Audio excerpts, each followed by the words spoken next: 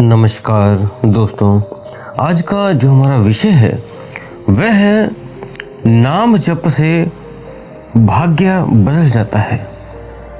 तो कैसे ये नाम जप से आपका भविष्य बदल जाता है, आपके जो शारीरिक रोग हैं वो ठीक हो जाते हैं। अगर आपको इस जीवन में समस्या से आप भरे हैं तो कैसे नाम जप से उससे बाहर आ सकते हैं, कैसे उन दिव्य शक्तियों का अनुभव कर सकते हैं, ये सभी कुछ जानने के लिए हमारे साथ आप अंत तक बने रहें ताकि आप इस रहस्य को आज जान सकें।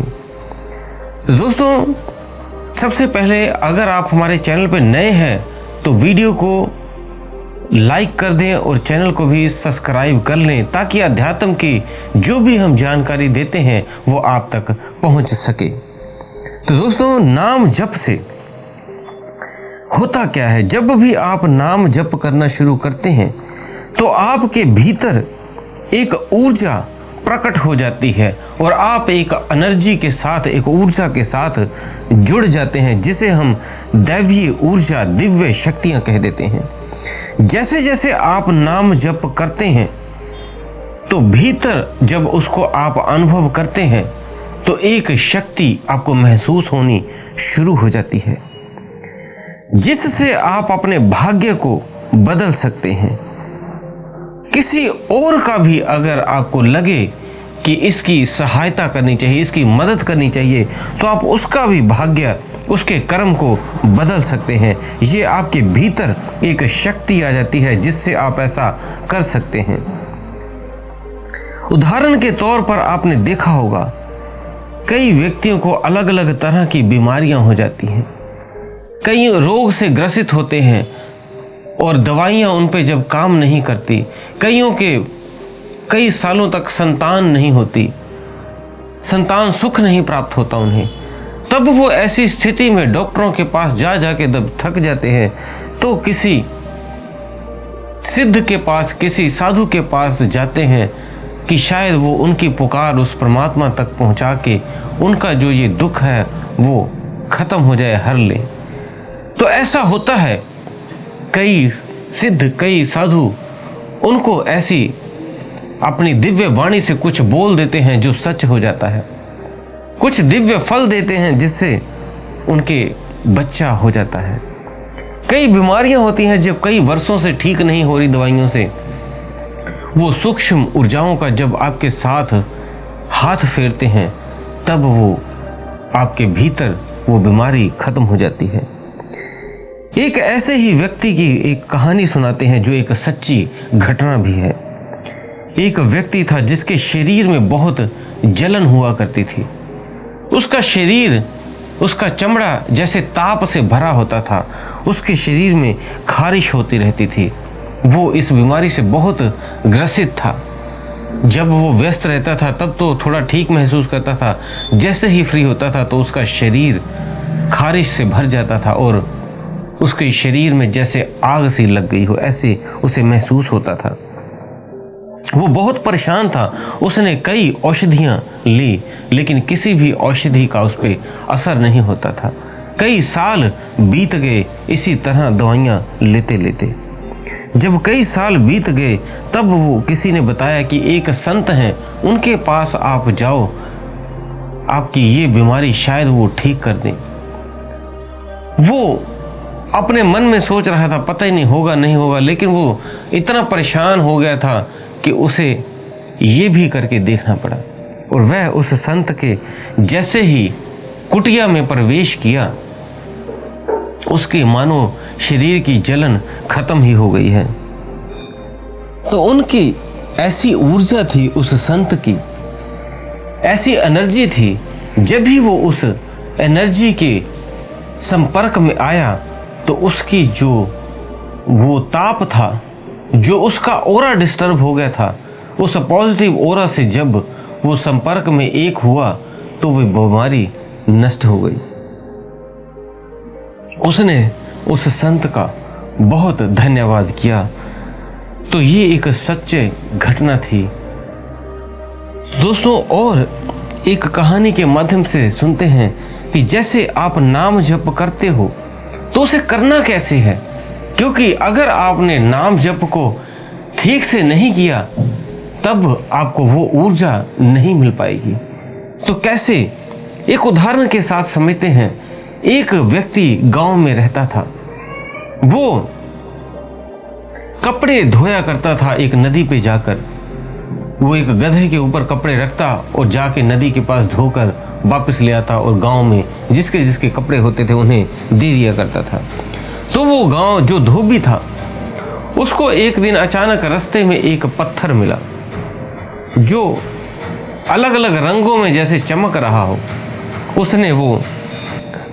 उसने उस पत्थर को देखा और उसमें एक कपड़े से बांधकर रस्सी से गोल से घुमाकर बांधा और गधे के गले में टांग दिया और घर आ गया। उसके बच्चों ने देखा कि ये गधे के बीच में एक रंग बिरंगा चमकता सा कांच लगा हुआ है। उन्होंने खोल के उससे खेलना शुरू कर दिया और खेलते खेलते एक दिन एक व्यक्ति वहां से गुजर रहा था। उसने देखा कि ये कोई बहुमूल्य पत्थर लग रहा है। उसने उस धोबी को कहा कि ये पत्थर कितने में दोगे? उसने कहा मेरे लिए वेस्ट है, तुम जितने का देना चाहते हो, जो देना चाहते हो दे दो। उसने 10,000 दिए और वो पत्थर ले लिया। धोबी बहुत खुश हुआ कि एक मात्र सड़क पे पड़ा पत्थर 10,000 दे सकता है। और वो व्यक्ति उस पत्थर को अपने गांव में सुनार के पास लेके गया और उसने उसको दिखाया कि ये पत्थर बेचना है, कितने का लोगे? उसने उसे कहा ये पत्थर बहुत कीमती है लेकिन मैं इसे 1 लाख से ज़्यादा नहीं दे सकता।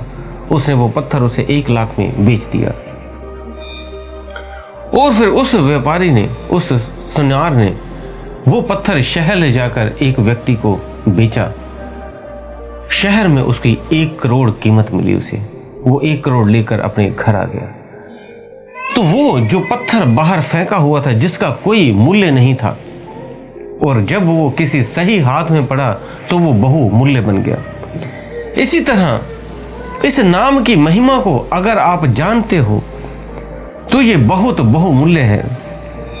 और जब इस नाम को आप भाव से करते हो, नाम आप जो भी किसी भी गुरु से आपने दीक्षा ली है वही नाम आपका काम कर जाएगा।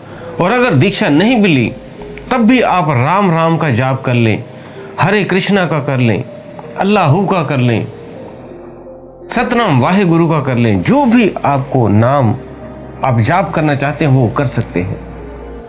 तो जैसे ये नाम जप करेंगे भाव से, क्योंकि आपके भाव से ही वो ऊर्जा आपको महसूस होनी शुरू होगी। अन्यथा आप ऊपर ऊपर से बोली जाएंगे तो वो नाम काम नहीं करेगा। जैसे उसने उस पत्थर को गधे के गले में बांध दिया था, वो हाल हो जाएगा आपका कि आप ऊपर ऊपर से नाम जप रहे हैं, उस पे भाव से उसको नाम के जप को महसूस नहीं कर रहे हैं। और जिस दिन आप उसे महसूस करना शुरू हो जाएगा तो वो 1 करोड़ का जैसे हीरा हो गया था, उसी तरह आपका भी जो नाम है वो बहुमूल्य हो जाएगा। और फिर वो ऊर्जा, वो एनर्जी आपके भीतर प्रकट हो जाएगी और फिर आपके शरीर में कोई भी रोग है वो भी नष्ट हो जाएंगे, बड़ी से बड़ी बीमारियां वो भी खत्म हो जाएंगी। और अगर आपको किसी और चीज की समस्या है, धन की समस्या है या किसी वस्तु की या किसी काम को, जिसको भी आप वो एकाग्र होके वो संदेश देंगे अपना उस ऊर्जा के जरिए, तो आपका वो काम हो जाएगा। तो ऐसे आपके कई जन्मों के पाप भी वो नाम के जप से जलकर खाक हो जाएंगे। आपके वो जो कर्म थे वो बहुत छोटी सी मात्रा में परिवर्तित हो जाएंगे। मान लो बहुत बड़ा नुकसान होने वाला था लाखों रुपए का, तो वो 10 रुपए में बदल जाएगा। ऐसा आपके साथ होगा। कोई बड़ी चोट लगने वाली थी, छोटी सी खरोच लग के ही वो खत्म हो जाएगी। और ये इस नाम की महिमा जितनी कहो उतनी कम है। तो नाम जप निरंतर करते रहें, 1-1 घंटा सुबह शाम करते रहें। फिर देखें उस एनर्जी के साथ आप जुड़ना शुरू हो जाएंगे। कई व्यक्ति ये भी कहते हैं, कई संतों ने बहुत नाम जप ध्यान किया लेकिन उन्हें कई बीमारियां थी तो वो उस बीमारी के कारण मर गए। तो ये भी सत्य है। जब वो साधु संत इस ध्यान की स्थिति में पहुंच जाते हैं तब उन्हें शारीरिक मोह खत्म हो जाता है।